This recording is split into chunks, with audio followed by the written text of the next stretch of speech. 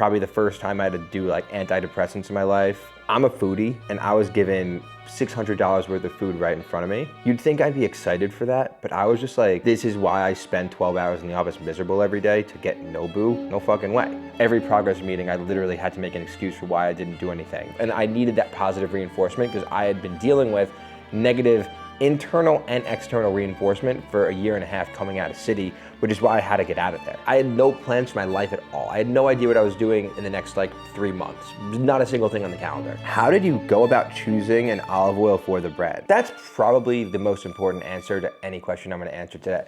I want to preface this interview by saying the way I went about building this brand was an inefficient use of time and stressful process to endure.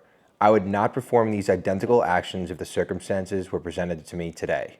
However, how could I have any regrets? I wanted more out of life than I got on Wall Street, and I am 100% certain I got that. Just for a little backstory, the format of this today is an interview of myself. I wrote out interview questions. I threw a couple bullets down for answers, but most of the answers are unscripted, and I'm just trying to open up all this information that I have in my head and release to the public for many benefits. One, more people know about my brand, Palanchino, right here. Two, if I was wiped off the face of the earth, like these stories would just go to waste, so might as well tell them and have my record on the table. Three, it might inspire a single person, and if I inspire one more person than I would have without having done this, then I feel like I did my job. And when I read the questions, I'm gonna read off the paper because I prepared it like I was interviewing, and then I'm gonna just answer it freewheel. It was February 1st, 2022.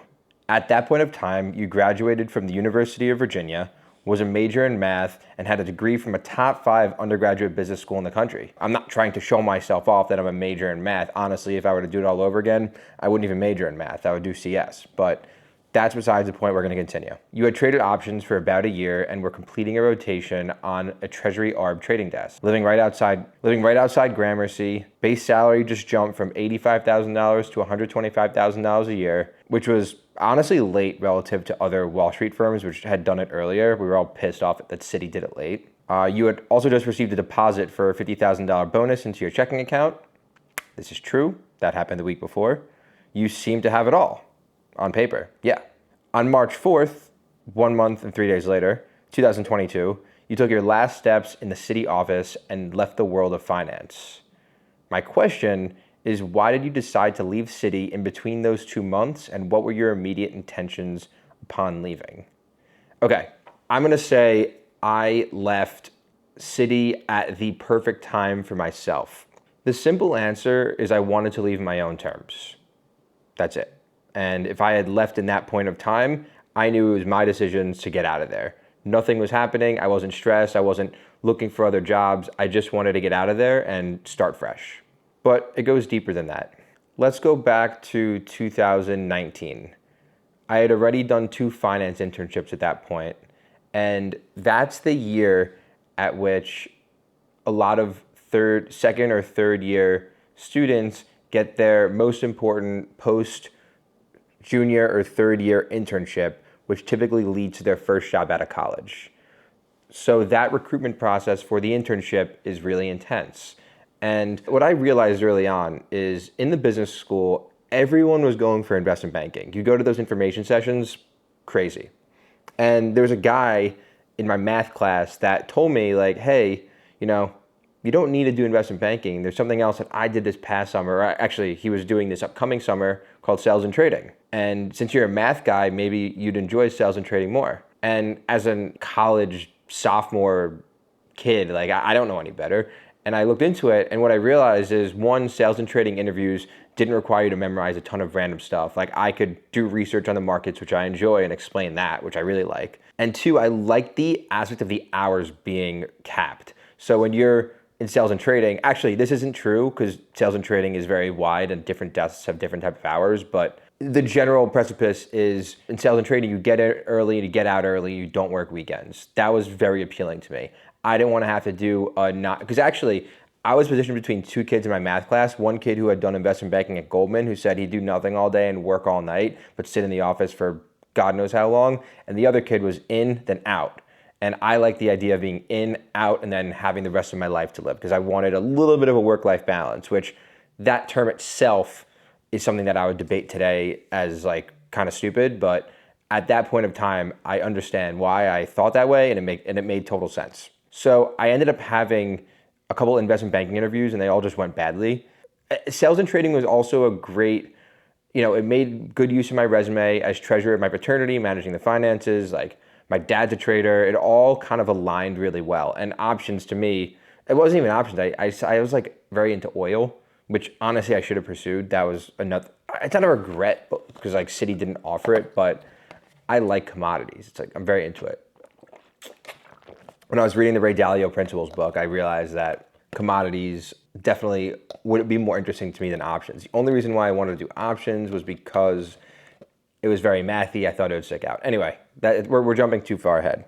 We're not really answering the question either of why I left Citi, but I just wanted to give more. Actually, we are, because we're giving context as to why I went into the industry, which is all kind of stupid anyway.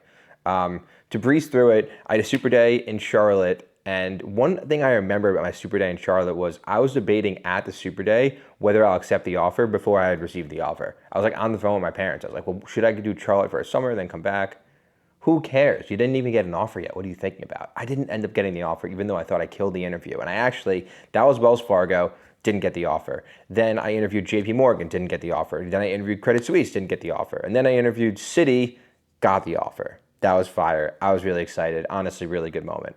Which is it's great. Like it's like, oh my God, I now have an internship that's paying a lot of money, and 19% of people in the internship are going to get the full-time job, and I know that like I'll put the work in to get the full-time job, so we're good, done, amazing.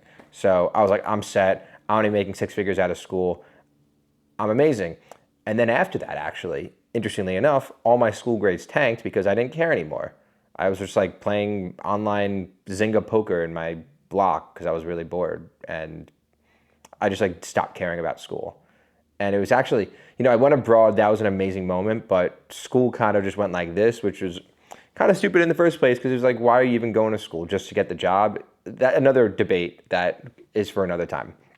But I end up doing the internship, get the return offer. I end up, honestly, just to speed things up, I end up on an index options trading desk, which the people, we didn't really fit right away. There were so many issues that happened. The first one, it was COVID. So most people were out of the office. I was in the office with like two other guys from my team, and the rest were working from home.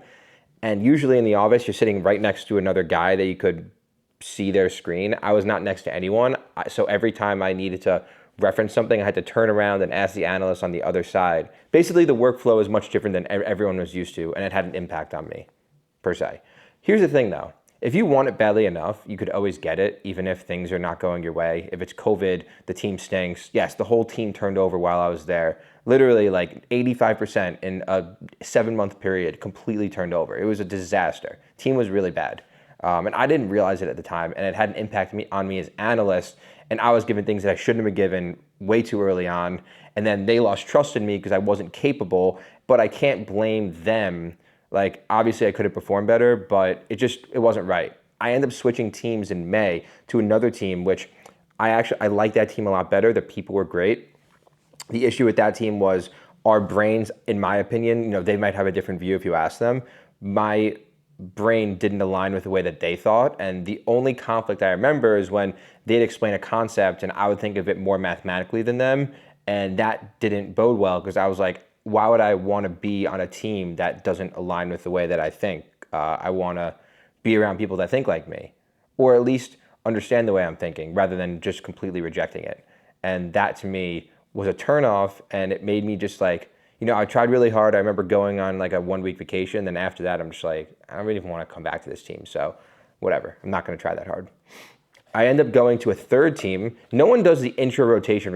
I did that because there were sister teams, and the guy on the top pretty much, we both at the same time said, all right, you should go to the other team for 6 months because one of the analysts left.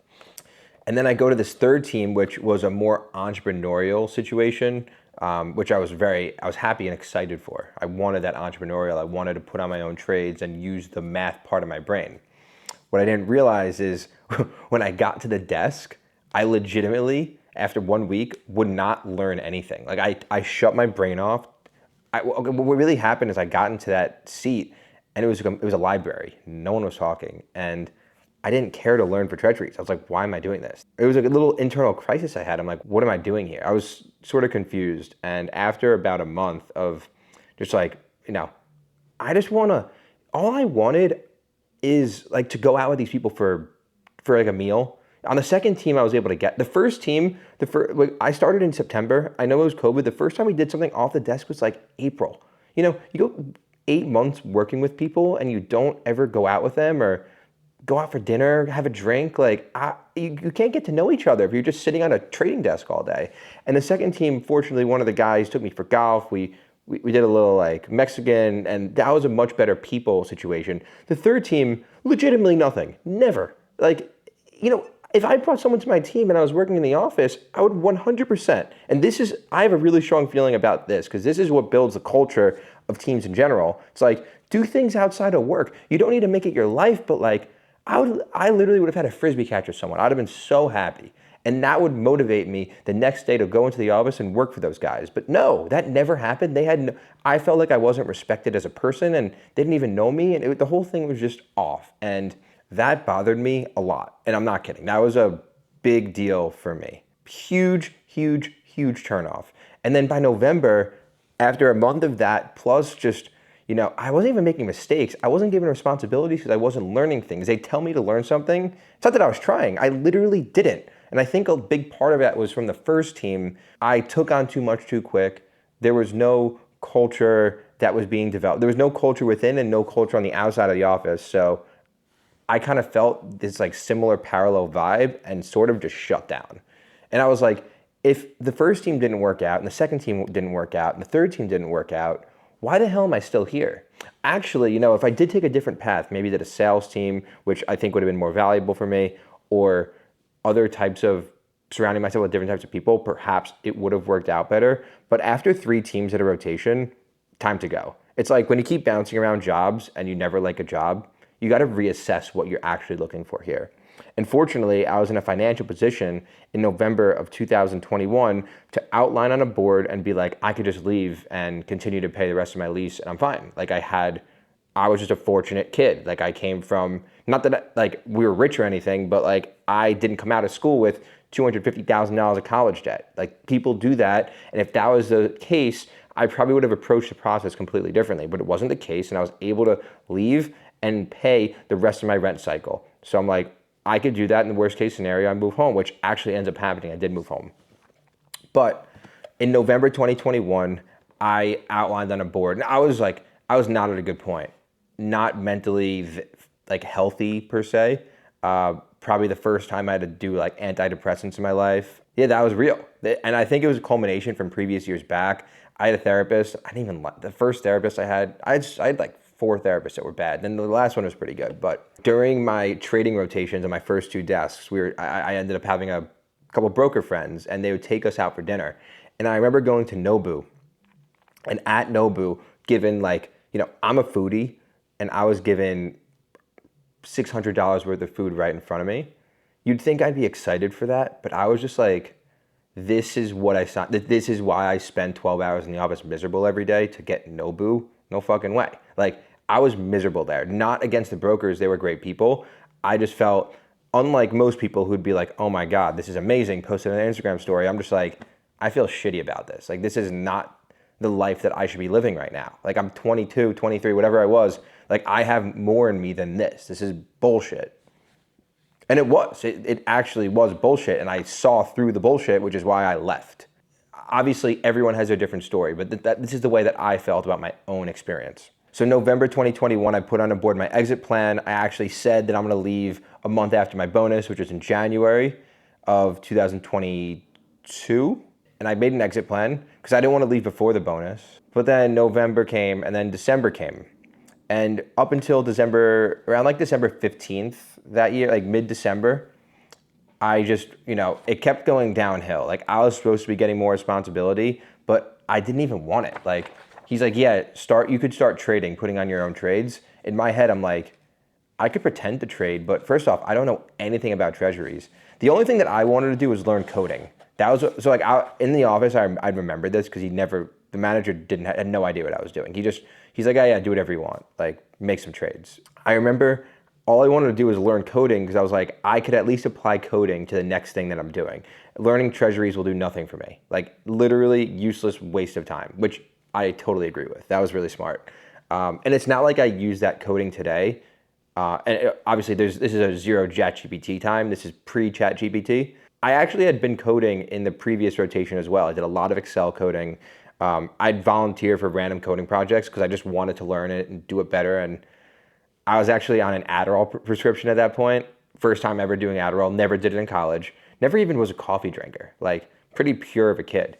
And then the Adderall plus coding, I really enjoyed that. I guess that like took me off of all the crap that was happening. I would just lock in code, and my boss would be like, "Why are you doing this? We don't need this." And it's funny, like my goals didn't align with the team's goals, and that was another problem. But like I also didn't want to work for the team because I didn't really believe in the whole situation. If I believed in it, I thought this is where I want to be, and they're on the right track, and I want to be part of it. Obviously, I would do it, like common sense. But with different internal and external conflicts happening, and feeling like I was either left out or whatever, like no, I'm gonna code, and I know there's no consequence because you can't get fired as an analyst unless you do something really bad. The desk doesn't control you, HR does. Because HR controls you, we're still asking why I left. But I think it's important to unwrap. Because HR controls you, in order for the desk to fire you, they would have to go through a whole process, and they don't even want to get investigated because they know they're not doing the best job managing or whatnot. Like they probably aren't following the complete rules that HR is setting out, so it's not even worth it to them. It's like, just do nothing. That's what ended up happening in my third team. I literally did nothing, which honestly is sort of it's like a dream. People would be like, oh my God, I'm making a $125,000 a year salary and I literally could do nothing. I mean, I was personally like, I'd work from home, watch some TV, I'd cook a little bit, I'd trade NFTs, I'd do my report once every hour, send that out, make sure my Bloomberg was green, talk to one of my friends, and once a week have a progress meeting. And every progress meeting, I literally had to make an excuse for why I didn't do anything and literally did nothing. And then it's really funny, actually. And then I eventually was like, I can't do this anymore. I have to leave. Like, I just couldn't do it. Mid-December, what happened was we were going to Florida. My roommates got COVID. My brother got COVID. I had nowhere to stay. I ended up staying here at my grandparents' apartment, ironically. I'm at my grandparents' apartment in Long Island. I'm staying here for a couple weeks. Yeah, I just am. It's funny. I can never tell that to people. Like, if I meet them at a bar, it's like, so where do you live? I'm like, oh, I live like Midtown East. Bullshit. I actually live in my grandparents' apartment in Long Island. So, if I told them that, they'd be like, get this guy out of here. But, you know, sometimes a white lie goes a long way. It helps. And then, actually though, but like if I really get into it with a girl and like we're talking or whatever, then obviously I tell them the truth. But like sometimes in the beginning, you just have to sort of fake it till you make it. Think about it though, like that's anyone. If you're wearing a really nice outfit when you're going out and you don't like wearing nice outfits, you're sort of faking yourself, right? I don't know. So I don't understand coconut water. This coconut water, no sugar added, is around 20 grams of sugar for a liter, but there's a coconut water that's half a liter that's also 20 grams of sugar with no sugar added. Is it the extraction process of the coconut water different? Are they different types of coconuts? It's not as tasty, but it's nice. Very addicting to drink, I'll say that. December, my brother got COVID, my roommates got COVID, and I eventually come here, which really bad Wi-Fi, but I was able to handle it enough for around 5 days before we did a family trip to Florida. This is important because at this point of time, I had no distractions. I was here. I felt really comfortable. I was in the city. I had roommates, and there were just all these issues that were going on. Here, I felt very clear-headed. And it was finally that moment that I got over the hump of learning NFTs. I know it sounds funny. Just please bear with me. It's part of the story. Olive oil is connected to NFTs, so listen. My friend had made a lot of money in NFTs. I'd been hearing about it for such a long time, and I kept avoiding it. I learn it. I get pretty hooked really quickly, and because I was a trader, so you know, if I'm trading $10,000 worth of NFTs with my own personal account, I'm like, oh, this feels like I'm used to making like $10 million trades. It's like, oh, what's $10,000? It's nothing. Like, and people would be shaking when they click it. I'm like, I'm not even shaking at $10 million. I could just do $10,000, no problem. What I didn't understand was the fact that it was my own money And then I'd just be like, then I'd lose $10,000 because I didn't even account for it. And that's part of the trading thing because you don't really do the accounting, but that's another video within itself of NFT accounting and not taking full accountability for things, because it's interesting because when you're a trader, going back to Wall Street for a second, when you start at back office and middle office, those people oftentimes become the best front of office people. Like, they're doing the operations in the back and then they do the front trading. They have an exact understanding of what happens when the trade happens. So those people, for so many reasons, not only because they knew the fundamentals, but also because they have this work ethic of trying to get out of the back office to the front office. And like, those people stuck out as being the best in my program. Name drop a guy, Charlie. He was unbelievable and he came from middle office. And obviously he was a couple years older, but like just light years ahead of everyone else in the analyst class, in my opinion. If he hears this, yeah, Charlie, good guy. I actually have another friend that just got promoted out of the middle office. I felt very good for him because that's like it's cool. Like, you work there for a while, and I was fortunate to go right to the front of the office, but I got into crypto in December. Well, I had been buying Bitcoin for a couple of years up to that point. I ended up dumping it all. I was buying Bitcoin up from like 20K, 30K, 40K, and then at 60, I made a lot. And then by the time it went back down to 30, I just got rid of it. And I was like, I don't ever want to think about this again. My investments are interesting, but so I make a couple NFT trades, and what ends up happening is I was late into the NFT game. I was starting to like make good identification or whatever, but I had missed the frenzy up, and obviously things were still rising, but by the time I bought in and learned these projects, it was way too late. And I ended up losing some trades. It wasn't even just the losing money. There was no edge that I had. It was like I was sort of guessing, but like I knew the other people that were trading had real edge. People on Twitter, people in Discord. I had no idea how to make money in NFTs. Obviously, you buy it lower than you sell it, but like I didn't know the methods. And I kept trying these different things. I'd go to conferences, I'd meet people, but the issue was it was just way too late. If I was a year earlier to it and I understood the market way before, it would have worked out, but like it didn't. So when the Full Send came out with their NFT, which I thought was an absolute scam, I was like, why do you have to be a trader? Like, be the guy that creates the NFT. As long as you just market it well, you're gonna sell out and make a lot of money. So who cares about what's going on in the market? Obviously this is a little flawed, but I thought I'd rather create. So if I make $10 million, I'd rather do that and benefit an industry and do something real. Like, if I was in their position and I was able to make that money, I'd want to use it well. And then in January, like as I was trading NFTs, my mind just started to open. I was like, everything I looked at was an NFT. It's like coconut water. You can make a coconut water NFT. And the rarest coconut water will have a piece of art symbolizing the rare coconuts, and you get distributions of coconut water in the mail by owning this really expensive piece of art. So I wanted to connect the art to physical products. That was my thought. And one of them was olive oil NFT. And this is one of like 30 ideas. I kept thinking NFT tickets. Like, that was another thing that, these are just random stories all over the place. If someone ever wants to interview me or whatever, I could talk about all of them. But obviously, I don't want to do that. I want to like not sit here for the next 24 hours and talk. So, oh yeah, the final line that I did want to say is the scope of opportunity outside the world of City felt greater than within. That's a note that I wanted to say, and it's true. I didn't feel like enough was happening at the company. I wanted to like escape, and even though it's a really massive company and all this opportunity, I just felt I didn't need the job. I'm gonna get out and find my own path. And I also knew that if I left at that point, I could always go back into finance. I still feel that way today. If I want to go back in, I have all my series exams. I'm a smart guy. I could try hard and get in, but I've learned at this point that I don't want to. One thing also that I think about at that point of time, I hated having to sit in a certain area for 11 hours during the day. It bothered me so much. Like, I'm uncomfortable right now sitting here for 20 minutes. Even though I had a standing desk, you're in the same spot for such a long period of time. It's like, if you're not around the right people, it is brutal. Oh my God, why? Like, it's hell. Unless you're making a lot of money or doing extremely well, then your motivation is that within itself. But as an analyst, it's really hard to get that. Oh, and last thing I want to say, rotational programs in finance, bad. Just like overall, I used to think it was good because you get exposure to multiple teams. It's bad because the incentive for you to grow within your team is just not there. And if you do really well your first year, you have to just wait another year to go back to that team. Why wait? Like, just go. it's stupid. It doesn't make any sense. Well, it does make sense why it exists. I just don't agree with the logic of it. And looking back, City was attractive because of that. I think it's not attractive because of that now in my position. All right, second question. How did your addiction to NFT trading, I was addicted, I was hooked. It's almost like if we were doing cigarette smoking. I wasn't smoking 20 packs a day. I was probably smoking like 2 or 3 cigarettes a day, but I still had the addiction to the 2 or 3 cigarettes. It wasn't that bad, but like I was doing it a lot. People would come over for pre-games and I remember we were hosting a pregame and I would do a mint and flip and I was so happy. I was like, oh my God, I made $1,000. Everyone's partying. I just made $1,000. Like, unbelievable.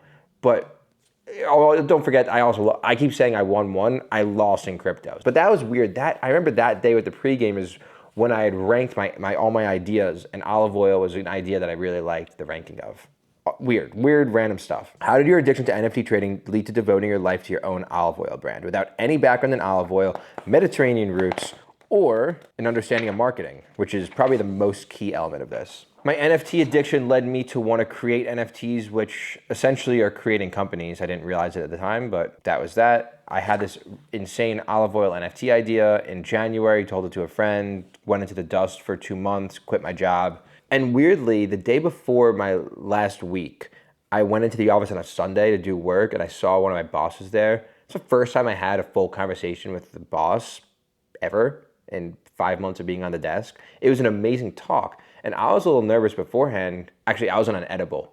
Don't tell him, but I was on an edible at the time because I was really, at that point, into weed. Not anymore. But like I'll do it once in a while now, but like I was into it then.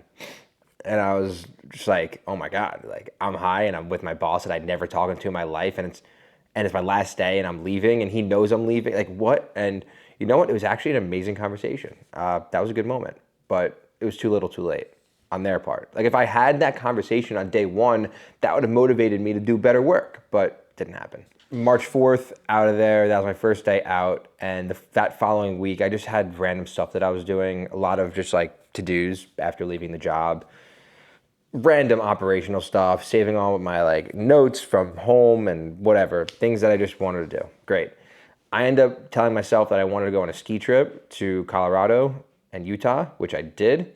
Did around 1 week of skiing, which was great, cleared the mind, felt very refreshed, came back. But even when I came back, like I didn't exactly know what I wanted at the time. I just realized that I wasn't ready to pursue anything. I wasn't ready to apply for jobs. I wasn't ready to, like, I had to get my life in order. I felt like a mess. I wasn't making my bed. Actually, one of my big pieces of feedback that I got from my second team was that I didn't have any routines. I probably should create routines. And looking back, I actually don't necessarily agree with that, but I do understand why routines are, I agree, but I also disagree. But at least in the trading world, I get the routine thing. And I did want to create routines for myself because at that point, I was just way less organized and I had no accountability for anything at that point of time. Like everything was just all over the place at all times. I'd always be the guy that forgot the pair of keys somewhere. And, you know, some people that know me really well will still think I'm like that. I'm 10 times better now than I used to be. And I think in that month of that period of time was great. I didn't let myself pursue anything or apply to jobs. It was literally just a focus on myself. It would be like an extremely regimented routine of waking up. I would play the same music every day. I'd take a cold shower. I'd like do a little workout. I'd answer these like 10 questions in my notes. I'd cook something. I'd eat and watch the TV. Whatever, it was like Billions I was watching, or something. Ironically Billions. I still like finance stuff, I just didn't do it. It was a full routine. I think I called it the Jack Grumber game. I tried coding the routine, which was, I spent like 2 days or 3 days trying to code my whole routine, which is all dumb, and ChatGPT would have crushed that, but too little, whatever, it's too early. It was all about me like taking accountability for things. Like I remember I was always just so last minute to everything. This happened, you know, I was able to operate my life like that. And people still do. Pareto's Law, it's like a very common thing. Like people will wait till the last minute for things. Like if I had my birthday dinner calling up at 6:30, everyone shows up at 6:29 or 6:31. Actually ended up being 6:35 this year, but no one's showing up at 6:20 because it's like it's just everything's last minute. So, but I was way too much and I was always late. And I remember one key thing I did is I had a date with a girl and I set my clothing out before like the night before for the date. And when I got to the 6 o'clock and the date was 6:30, I basically got home. I only had 10 minutes to get ready, and I got ready in like 8 minutes. And I thought, oh my God, like that's sick. I prepared ahead of time. I was all organized and clean. I just felt very good about myself. And I needed that positive reinforcement because I had been dealing with negative internal and external reinforcement for a year and a half coming out of city, which is why I had to get out of there. So much negative reinforcement, you can't be in an environment like that and function well. It's not good. So I was able to just clean my own act up, or I kept so many weird written notes in my like OneNote, but again, it was all about like keeping organized. And obviously it wasn't perfect, but I do believe that effort was a big part of what helps me just do what I do today. And I definitely learned, I didn't learn how to prioritize then, but I learned how to organize. That was important. I never had a schedule beforehand. I'm all about notebooks now, but when I was at City, I never planned for the next day, never planned ahead. I never even thought about it. I just went home, got there, and assumed like, okay, what do I do now? There was never this thought of like, let's maybe walk through what happened at 7:30 the next morning. That would be smart, right? And like try to meet metrics. Never ever did that. And that's like, I thought I'd be a good CEO. I remember, this is for a long time in my life. I always thought like I'd be a really good CEO, but I think I was lacking a lot of the important CEO skills that obviously I think I have it now. Not fully, like there's always work to be done, even for the best CEOs in the world, but I definitely see myself now as like, I could run a company, then I could not run a company. And I'm positive about that.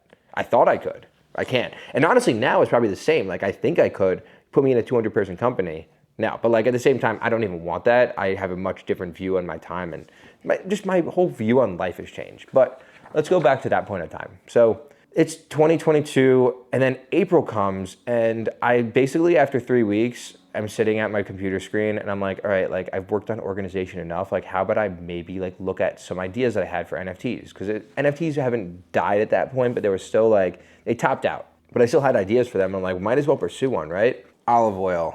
The idea came in January 2022 when I was into NFTs and trying to figure out like, I didn't even think when I went to places that I wanted to start an NFT.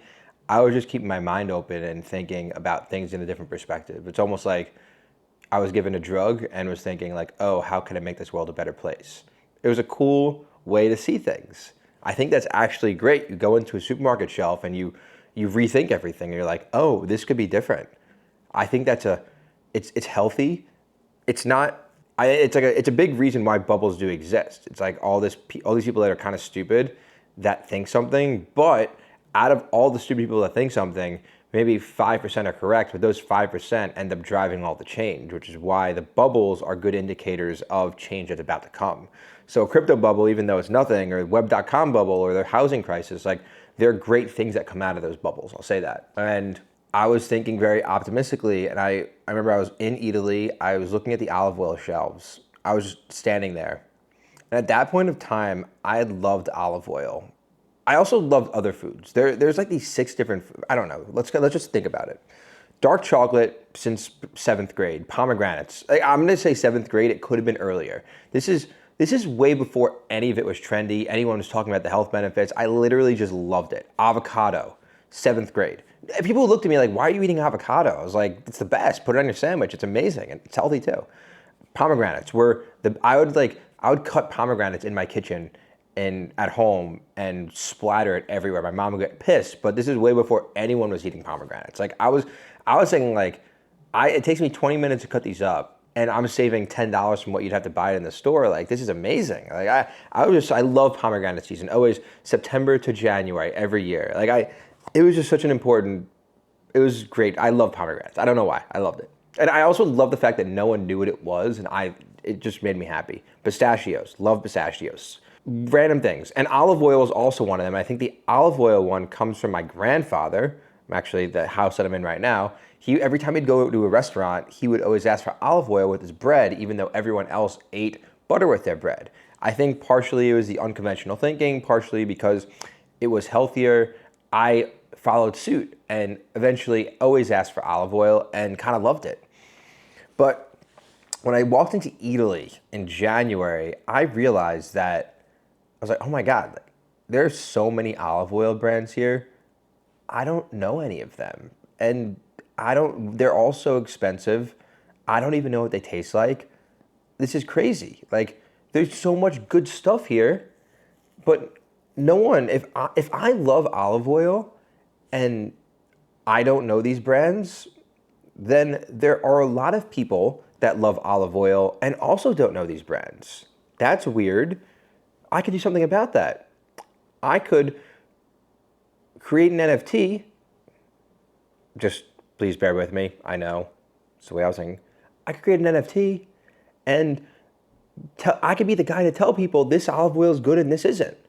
So like, if the most expensive oil was associated with a really expensive NFT, because NFTs are collectibles. Understand that it's like if you have watches, you have like the cheap Rolex and the really expensive Rolex. Not cheap anymore. It's $5,000, whatever. Like 5 versus 100K. The 100K is rarer. So if I have an NFT that's worth more than the olive oil that you're getting is worth more, then you know that's better olive oil than this one. And I was like, I could be the guy to figure out which oils taste better than others, or I'd get a chef to do it with me, and we could push that out. And honestly, I don't think it's a terrible idea. And I went really deep with it about how he could do this and the tokens of being EVU and this and that. What eventually happened, well, and I want to go back to the idea for a second, but what eventually happened was I realized that we didn't need to do NFTs, just needed to do a singular brand for the top representation of olive oil. Like, no one knew that there were different classifications of olive oil. It just no one knew about it. I remember I'd go to my friend's house and the mom would have like this refined olive oil that she was using. I'm like, that doesn't taste like anything. That's not good for you. You shouldn't be having that if you want healthy olive oil. But no one knows that because those companies market themselves as heart healthy. It's like, oh my God, when I see the Wesson bottle, the canola oil with like the heart on it, I'm just like, are you serious? And this is before all the seed oil craze. Like I was into this way earlier. And I don't even love the seed oil craze. I get it, and like I'm not pro having canola oil in my things. If I'm buying nuts and it has peanut oil in it, like it's not a seed oil, but it's close to it because it's refined. I don't want those oils, I agree, but I just think a lot of the seed oil people are just stupid, like really stupid, but there is a lot of merit to it. But I was thinking about that stuff way earlier than everyone else. Not everyone as in the world, but before it got popular on the internet, I was very into it. And then almost like once I see it on the internet and it's already super trendy, I'm over it at that point. I'm like, whatever. Like, I don't need to be the guy. But I think now that I have this olive oil, it's weird because I'm in a position where I go so in and out of my olive oil loving because the brand, and it's a little complicated, but there have been points in time where like I could literally just change the way that people think. Like, that's really cool. Yeah, that's what an educator is supposed to be, right? And I also like to teach, and I don't know, whatever. It's not about me. It's about the story and about the oil. No one actually cares about. You don't really care that much about me myself. Care more about what I did and how it could relate to you. So I want to try to keep it that way. One thing that I notice is there are so many olive oil brands on a supermarket shelf. I could only imagine how many olive oils you could use for a brand. How did you go about choosing an olive oil for the brand? The short answer is I wanted to find the best possible olive oil and distribute that amongst society. I wanted to be the finder of it. I wanted to be certain that that was optimal quality, and I wanted to give that to people in exchange for money. That's my business. That's what I was interested in. Obsessed. I go on a year-long journey to figure that out. And it's funny. In the beginning of my brand creation, I had a friend and we sat down for coffee and he's like, you ever hear this brand Graza? Like my girlfriend's brother's friend is like the founder of it. Like, you should maybe talk to them. And in my head, I saw that they had a plastic bottle. I'm like, plastic is not the optimal storage case for olive oil. So we don't really believe in the same thing. So I'm just like, I ended up reaching out, but like, I didn't really care to follow up. And the marketing that they were doing with the influencers, like, and PR, all that was so foreign to me, it just turned me off a lot. It felt very feminine, felt very ingenuine. They didn't care about the farmers. They didn't care about where it actually came from. There was no country of art. Like, it all felt like, Looking at it now, I was wrong in my thinking. I was right in it, but it would have been smart to go work with them and understand how a brand works, because I didn't understand that the important element of all of it is if you want to succeed, you got to be able to market, right? So that's where like they had marketing background, or at least I think they did, and I should have at least honored a conversation. But instead of honoring it, I flipped the script. And another mistake that I made was I created in my head, a little bit publicly, not really though. I was enemies with every single big olive oil brand. Like my goal was to beat all of them. It was a competition. And in the reality, it should never be a competition. If you have 5 hot brands of olive oil, there are enough people to go around that are gonna buy your oil. Just like work with each other. Like you should become friends with each other, and how you're gonna bring more olive oil into this world. It's like if you bring 1 million people into olive oil, it might get divided amongst you guys, but like, why does it have to be so we don't like each other? It shouldn't be like that. I think their values didn't align with my own, and on the surface, not the reality, not saying that whoever's listening from Team Graza, not that. This was more like on the surface, it just didn't check my boxes. So I'm like, I'm not gonna prioritize it in my life to try to get in contact with the founder that I don't even wanna work with. And he also said in the email, like, how could I help you? I thought it was very, not demoralizing, but I felt very like below that. It's like, how could I help you? In my mind at that point of time, I'm just like, fuck that. Like, I don't want to do that. So he didn't respond, and then I'm just like, whatever. I don't need to talk to him. Doesn't matter. How did I go about choosing an oil for this brand? That's probably the most important answer to any question I'm going to answer today. So I chose the oil for this brand by trying to find the best possible oil, period. I ended up having like $150 of Eataly gift cards for, I don't even remember why, maybe birthdays over the years. But like I had a lot of, or it was just like random gift cards. And I'm like, all right, I'm gonna spend it buying a couple bottles at Eataly. I remember Frantoio Miraglia, that like beautiful bottle with all the little dots around it. I think that's all I bought at Eataly. I bought Brightland, I bought Graza, I bought California Olive Ranch Arbosona. I have like a video of it somewhere, and I don't know, all these random brands, maybe like 6 or 7 of them. I spent like $300 or $400 because I guess the way to do it is to be an influencer and have those brands send you things, but I didn't know that at the time, and I also wasn't making videos at the time. So my thought was, I can't get this access to this oil anywhere else. They don't have it at restaurants or anything, and I tried asking these guys to try it. They would never say yes. I'm like, all right, I guess I have to just spend $300 to taste this oil, which sucks, but it's true. That's still the case. Like people, you need to buy the oil to taste it. It's crazy. And that's what's weird about olive oil. You just got to trust it. So I bought all those oils, and I remember coming back, and I was hosting a poker game with some friends.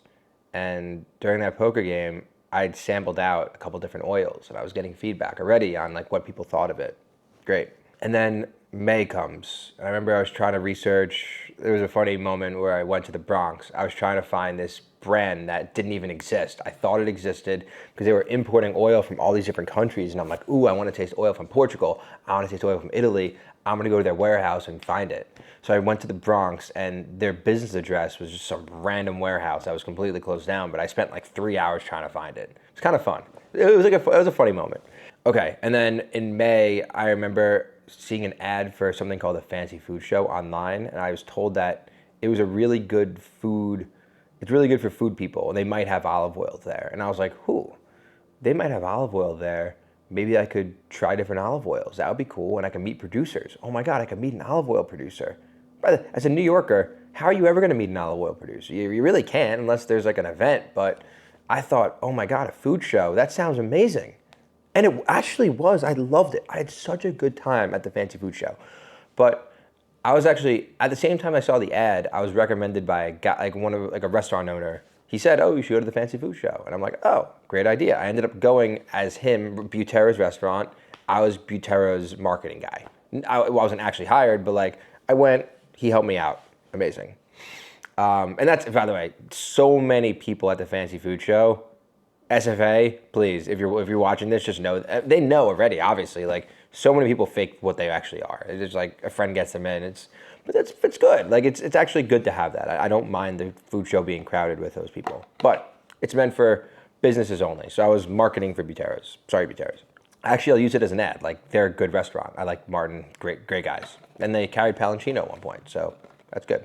So I went into the Fancy Food Show as Butero's, and that was a very pivotal moment for me. All right, I'm gonna ask, so I had a question that, it's a little off topic, but we'll talk about it. Let's start at brand research. Graza was in its early days. Brightland was the dominant CPG brand. It was. Brightland's another olive oil brand. I thought it was overpriced, but they were killing it at the time. Did you ever consider getting a job at either of these companies in lieu of starting your own? I'm just going to read my rehearsed answer because it's true. No, in 2022, these brands stood for everything I didn't believe in. Graza was placing oil in suboptimal packaging in order to optimize for sales, which ruined the integrity of the oil and was polluting the environment. I still think that's true. Against my moral set of values. And plastic is not optimal for oil quality conservation. Brightland just annoyed me as a brand. Very feminine, and I thought it didn't appeal to anyone that I knew. Wasn't my market. Was targeting a very different market than what I had in mind. Very overpriced, which I still think is true. I tasted the oil. I'm like, this oil's not even that good. It costs so much money. It's like I just didn't understand what they were going for, so I didn't. It's like, why would I ever work for them? It makes no sense. I actually submitted a job application to Brightland. It's like, I think I could help them out a little bit, but that never went through. That was last year though. Without any industry knowledge, how are you able to determine what a good quality oil tasted like? Great question. So that leads right into the fancy food show. I had tasted maybe 20 to 25 different oils at that point. Every single time I'd go out for dinner, I'd get oil from the restaurant, I'd take a picture of the brand. Every time I'd go to a supermarket, I'd go to the olive oil section, I'd do pictures of every brand, study the label, study what they were saying, things that could be better, things that could be left off. Like I was just going hard. Singular focus, bringing good olive oil to America, and eventually selling it. But I was also focused enough on the label where I was like, they don't need to say first cold press because that's already implied by the definition of extra virgin, which actually is true, so I don't have it in my label. You don't even need extra virgin on your front label. Like little things like that. So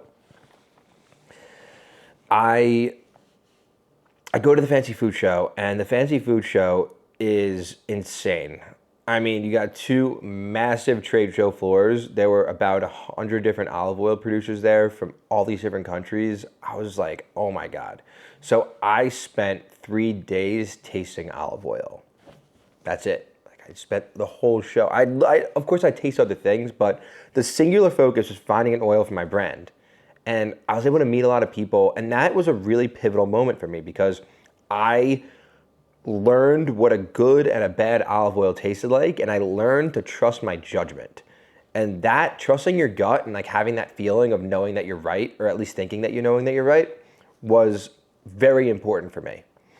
So because I had tried so many oils and I was able to put two and two together, I'd see and I'd ask questions, and there were just these key indicators that came out. And by the end of the show, I could tell if the oil tasted good based on the label. Like it was like a high correlation. I saw a label and I'm like, oh yeah, this is shit. You see like the big 1.5 liter bottles. I'm like, supermarket olive oil, old Italian brand.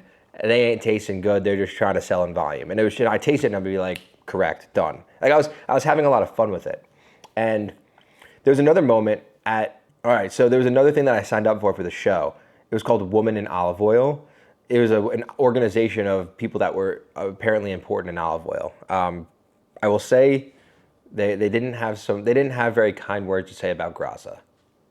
That's all I'll say about them. But they were good people. I met them. This was 2022, by the way. Their opinion could have changed, but they were good people, and I learned through them. I presented them with some ideas, and I would do taste tests with them, and I would agree with some of them and not agree with others. I met Nick Coleman there, the guy that does the Action Bronson oil. Didn't really speak with him much. I didn't even know that he had his own brand at that point. He was just carrying this really weird camera. I'm like, oh, like what is that? That's interesting. But yeah, like over those 3 days, I learned to trust my gut on what an oil tasted like. That was step one. I learned, the biggest takeaway from that conference is I learned what a good oil tastes like and a bad oil tastes like. Done. But then I am like, okay, well, after that conference, I'm just gonna actually give a little tangent. Immediately after, I went to the Hamptons, and the Hamptons thing it's a whole nother episode. But I went to the Hamptons and wanted to scout it out because I'm like, if I want to do a really high-end olive oil, New York City's really concentrated, it's difficult, but the Hamptons, they're people that will spend a lot of money out there. I could sell this out there. I know I can. So I went out there and I started to do a little dive into the oils, and I saw like, what is the most popular brand? Arlada. I tasted it at a farmer's market. Actually, you can't even taste it anymore at the farmer's market, but I did. And I'm like, oh my God. Like, this is what the bad oils tasted like at the food conference. Like, they don't even have good oils out here. Oh my God, like, of course I could do this. I could sell my oil out here. This is crazy. This is an opportunity. That's the way I was. I'm not saying this is proper logic. I'm just saying this is the logic that I had at the point in time, which was even more motivating to keep going. It was very positive reinforcement, which is good for me. All right, so then after that Hamptons, it was like Father's Day, and that was over. And I remember I'm like, all right, so what's the next step? I was like, if I want to create a brand, like I need to find a source. And I'd never visited an olive oil farm in my life at that point. I had no plans for my life at all. I had no idea what I was doing in the next like 3 months. Not a single thing on the calendar. And I'm not even kidding about that. Like, that's real. And I'm like, all right, like, I'm here. By the end of June, I was done. I stopped paying rent. So I subleased my apartment out to another guy, and I was living at home, and I'm like, I don't need to be at home. Like, what should I do right now? Oh my God. Like, I need to visit an olive farm. Like, I need to see what these things look like. I need to talk to producers on the ground and match. Like, all right, if you have a really tasty olive oil, how does that get produced? If you have a really bad olive oil, how does that get produced? And understand like how these things happen all the way from the soil to the bottle. I wanted to get a full understanding because my thought was, if I am releasing an olive oil brand, and if I'm the guy that's telling people that like this is the best oil, I don't want to be a bullshitter. I don't want to not know what it is. I didn't grow up in an olive farm. Like, I need to learn these things. So I'm going to do a little sip actually right now. Sorry. Yeah, still tastes good. Crazy. Crazy. The whole thing's crazy. It is still cool that I have this, I'll say that. I have mixed emotions about the whole thing, because like I wouldn't design it like this if I were to redesign it, but who cares? Like, this is my baby. It's like, this is my first child. I want to know how good olive oil was produced and how bad olive oil was produced. I wanted to like just put boots in the ground and understand everything.